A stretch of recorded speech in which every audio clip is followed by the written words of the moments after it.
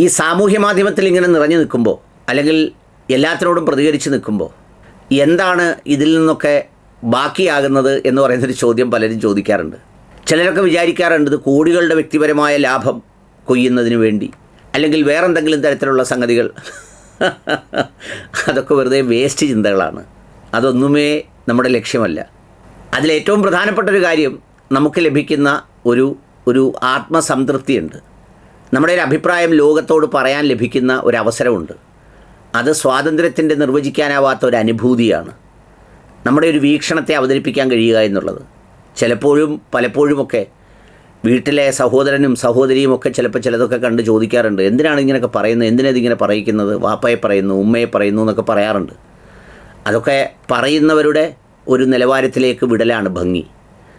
നമുക്ക് പറയാനുള്ള അഭിപ്രായം പറഞ്ഞേ പോവുക എന്നതാണ് ഒരു ശരിയായ കാര്യം. അതുകൂടാതെ പിന്നെ ഇതിലുള്ള ഒരു സന്തോഷം എന്താണെന്നറിയോ? ചില പ്രത്യേകമായ സന്ദർഭങ്ങളാണ്. എൻ്റെ ഒരു അനുജ സുഹൃത്ത് ജെയ്സൺ, അവൻ ഈ അടുത്ത ദിവസങ്ങളിൽ ഒരു വീഡിയോ എനിക്കെടുത്ത് അയച്ചു തന്നു. അവനുണ്ടായ ഒരു സർപ്രൈസാണ് എന്നോട് ഷെയർ ചെയ്തത്. അത് വേറൊന്നുമല്ല, നമ്മുടെ കൊല്ലം മെഡിസിറ്റിയിൽ പോയി വലിയ തിരക്കുള്ള ഒരു സ്ഥലത്ത് നിൽക്കുമ്പോൾ എൻ്റെ ശബ്ദം കേട്ടു.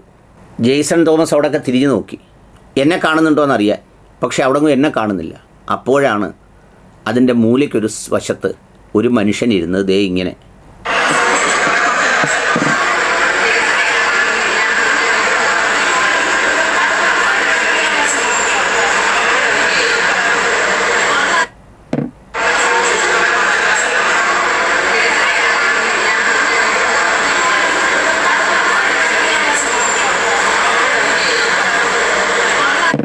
ആ തിരക്കിനിടയിൽ ഞാൻ പറയുന്നത് കേൾക്കുകയാണ്.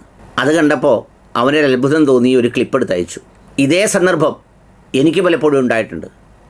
ഞാൻ ചിലപ്പോൾ ഈ ട്രെയിൻ കയറാനൊക്കെ റെയിൽവേ സ്റ്റേഷനിൽ പോയി മാസ്കൊക്കെ ചെയ്തിട്ടുണ്ടാവും പൊടിയടിക്കാതിരിക്കാൻ. നടന്നു പോകുമ്പോൾ ചിലരിരുന്ന് ഇത് വളരെ ഉറക്കെ വെച്ച് കേൾക്കുന്നത് കാണാറുണ്ട്.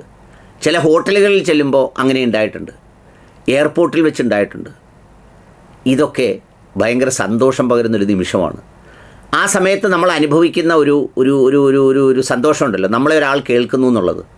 ഞാനൊക്കെ വിചാരിക്കാറുണ്ട്, ഈ രാഷ്ട്രീയക്കാർ അല്ലെങ്കിൽ സിനിമാ നടന്മാർ, സ്പോർട്സ് താരങ്ങൾ, അങ്ങനെയൊക്കെയുള്ള ആർട്ടിസ്റ്റുകൾ ഒക്കെ ഈ അനുഭവിക്കുന്ന ഒരു മാനസികമായ സന്തോഷം, സാമ്പത്തികവും മറ്റുള്ള ഘടകങ്ങളൊക്കെ ഉണ്ടാവുമായിരിക്കും. പക്ഷേ അതിനേക്കാൾ ഉപരി ഇങ്ങനെ ഒരു സംഗതിയാണ്. അതായത് നമ്മളെക്കുറിച്ച് എവിടെ ചെന്നാലും ഒരു പോസ്റ്റർ ഒട്ടിച്ചിരിക്കുന്നു. രാഷ്ട്രീയക്കാർ നോക്കുമ്പോൾ കേരളത്തിൻ്റെ ഏത് മൂലയിൽ ഒരു വോട്ടറുണ്ടോ, ഒരു മലയാളി ഉണ്ടോ, അവിടെ ഒരു പോസ്റ്റർ ഉണ്ടാവും. പിന്നെ അതുപോലെ തന്നെ ഇങ്ങനെ ഓരോരുത്തർ കേൾക്കുന്നു, പ്രസംഗം കേൾക്കുന്നു, അവിടെ കാണുന്നു, ഇരിക്കുന്നു. ഇതിൻ്റെ നെറ്റ് ബാലൻസ് നോക്കുമ്പോൾ ഇവരൊന്നും ഒരു വലിയ വ്യാപാരിയുടെ അത്രയും സമ്പത്തൊന്നും ഉള്ളവരൊന്നും ആയിരിക്കില്ല. നമ്മുടെ നാട്ടിലൊക്കെ നിശബ്ദരായ ഒരുപാട് സമ്പന്നരുണ്ട്. അവരുടെ മുതലൊക്കെ കേട്ടാൽ നമ്മൾ ഞെട്ടിപ്പോവും. അവരൊന്നും ഇതുപോലെ സാമൂഹ്യ മാധ്യമത്തിലോ ചിത്രങ്ങളിലോ ഒന്നും കാണില്ല. ഇങ്ങനെ ഈ നടക്കുന്നവരുടെ കയ്യിലൊന്നും ഒന്നും ഉണ്ടാവണമെന്നില്ല. ജീവിതത്തിൻ്റെ സന്തോഷം ഇങ്ങനെ അനുഭവിക്കുന്നു. പിന്നെ കുറേ സുഹൃത്തുക്കൾ, തിരിച്ചറിയുന്നവർ, ഇങ്ങനെ ഒരു ലോകമാണ് ഇതിൻ്റെ ഒരു മിച്ചം. ഏതായാലും ഈ ഒരു സംഗതി കണ്ടപ്പോൾ എനിക്ക് അങ്ങനെയൊക്കെയുള്ള സന്ദർഭത്തിൽ നിന്ന് വീഡിയോ പിടിക്കാൻ പറ്റില്ലല്ലോ. അതിപ്പോൾ ഞാൻ എടുക്കുമ്പോഴേക്ക് അവർ തിരിച്ചറിഞ്ഞാൽ അതൊക്കെ ഒരു മോശമാണ്. അത് മാത്രമല്ല, അവർ ആ വേളയിൽ വേറൊരു മാനസികാവസ്ഥയിലേക്കായിരിക്കും നമ്മളെ കാണുമ്പോൾ പോവുക. ഏതായാലും ഇങ്ങനെ ഒരു ക്ലിപ്പ് കണ്ടപ്പോൾ ഇതൊന്ന് പറയണമെന്ന് വിചാരിച്ചു.